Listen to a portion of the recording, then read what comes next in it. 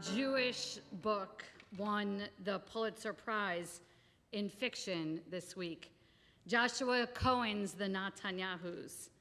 And what's most Jewish about it is actually not the title.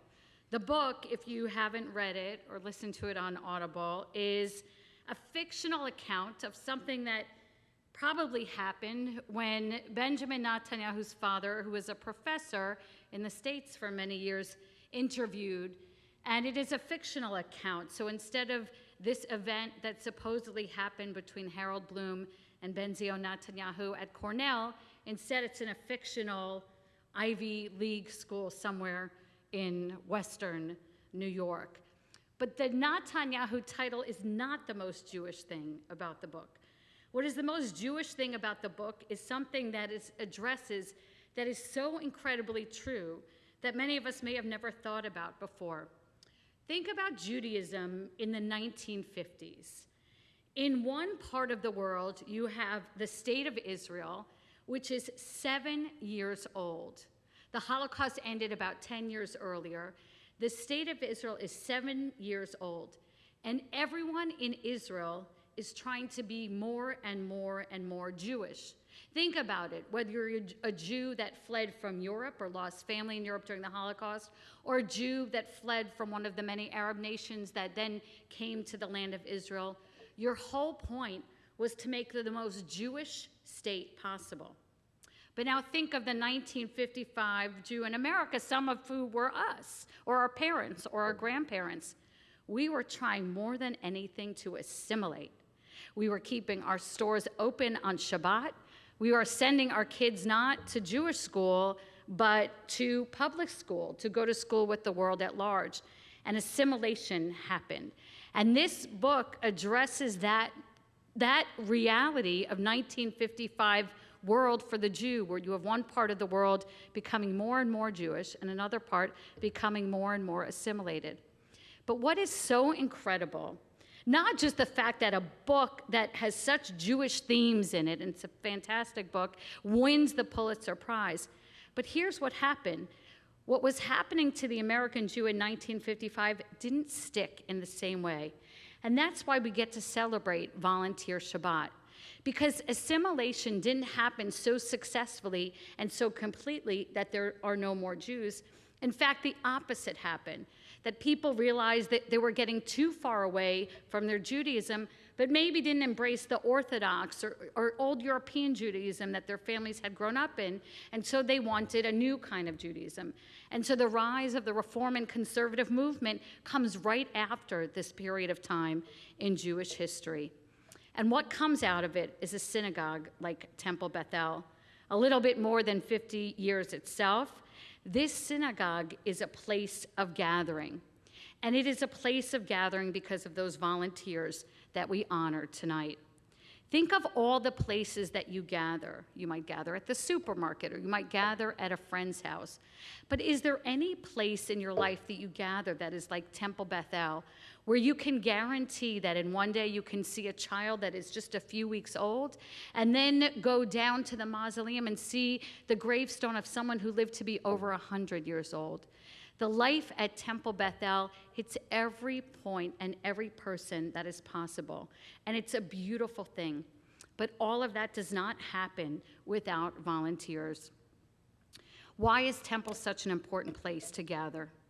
Priya Parker, who wrote The Art of Gathering, talks about coaching an organization on a retreat that they were hosting. As the retreat approached, she asked the hosts what they were most concerned about the upcoming retreat. And one of them said, "I'm not worried about the newest or youngest colleagues enjoying it. They're just happy to be here. I'm worried about those who've been part of the organization a long time who could have planned this instead of us, and whether they're going to be up for this retreat." So what they did is they reached out to those in the organization that had been there a while.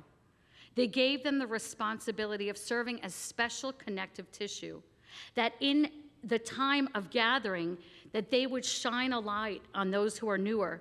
They would keep an eye out for people who might feel intimidated or hanging out on the sides of the room. And she called these people lighthouses. Not only did those lighthouses make that retreat incredible, it made it a time of heart and soul. And so the volunteers of Temple Bethel, you are TBE's lighthouses. How are you a lighthouse? Well, we live by the ocean, so we know that lighthouses are incredibly important.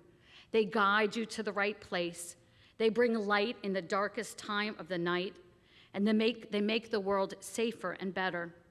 But when you are a volunteer at a synagogue like this with so much going on, it also makes Temple a place that can be daunting to some, a place that is fun and playful and warm and welcoming.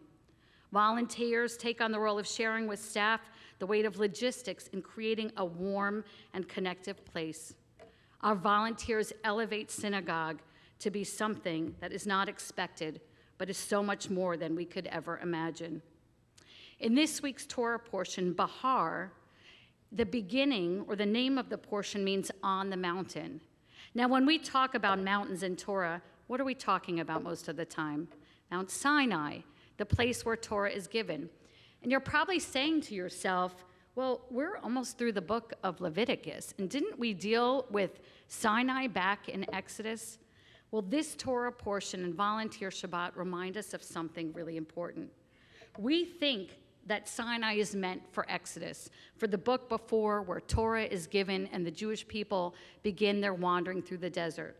But at the time when you would least expect it, in middle of laws and the section about the sabbatical year, only then do we talk about Mount Sinai and name the Torah portion on the mountain.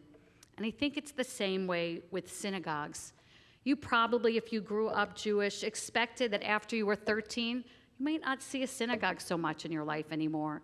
Or if you have a child graduating from preschool, or you come for a funeral, you might think synagogue is just there for that moment, like the Mount Sinai belongs in Exodus. But no, that's not the case. In the same way Mount Sinai and its sentiments belong everywhere in Torah, Temple belongs in your life at every time, in every place. And if you want to understand why that is so important, just look to any of the volunteers, not just the ones who are in the slideshow, because there are so many, many more. Our board who serves to guide this synagogue, the volunteers who do everything from open that gift shop to make sure that if we have welcome packages that they're being handed out, to sometimes even staffing our sound booth if we are short. This synagogue is incredible.